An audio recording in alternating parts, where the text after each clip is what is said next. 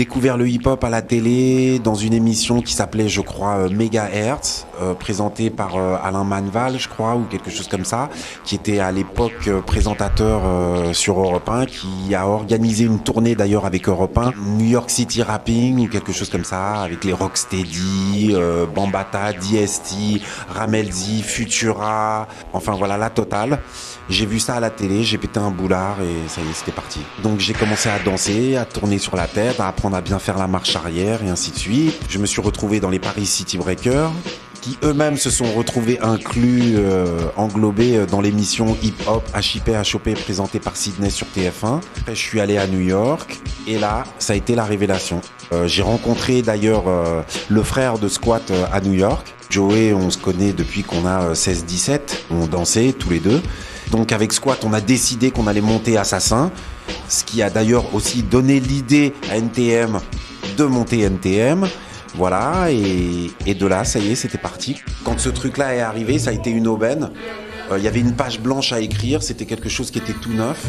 Ça me permettait de pouvoir être en rébellion vraiment avec le système, de faire la musique que je kiffais écouter. Je pouvais utiliser ce mode de vie pour vraiment exprimer vraiment tout ce que je ressentais. Je dirais c'est la corde à laquelle tu te raccroches ou sinon c'est le précipice quoi.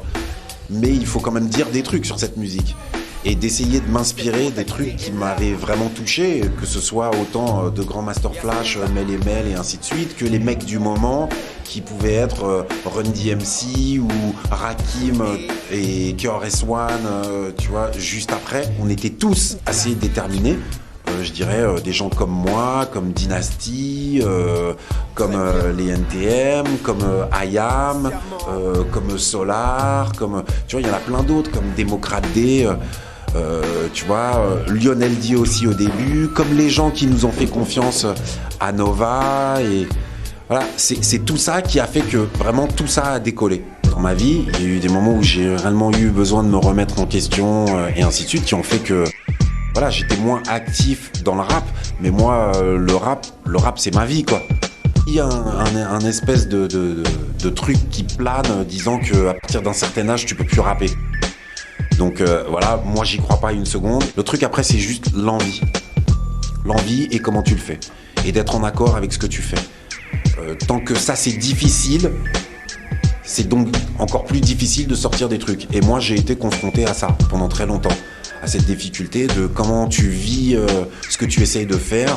Maintenant que tu le considères comme un art, un hobby ou un métier, il faut que tu sois en paix avec et ainsi de suite. Et tant que tu n'es pas en paix, voilà, ça ne le fait pas.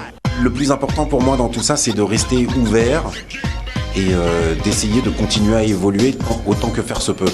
Déjà, Solo, il a un label qui s'appelle Black Frog Entertainment, sur lequel je produis des trucs qui sont pour le moment sortis de la case rap, ou en tout cas hip-hop de base. Pour le moment, je produis un groupe qui s'appelle Monomaniacs.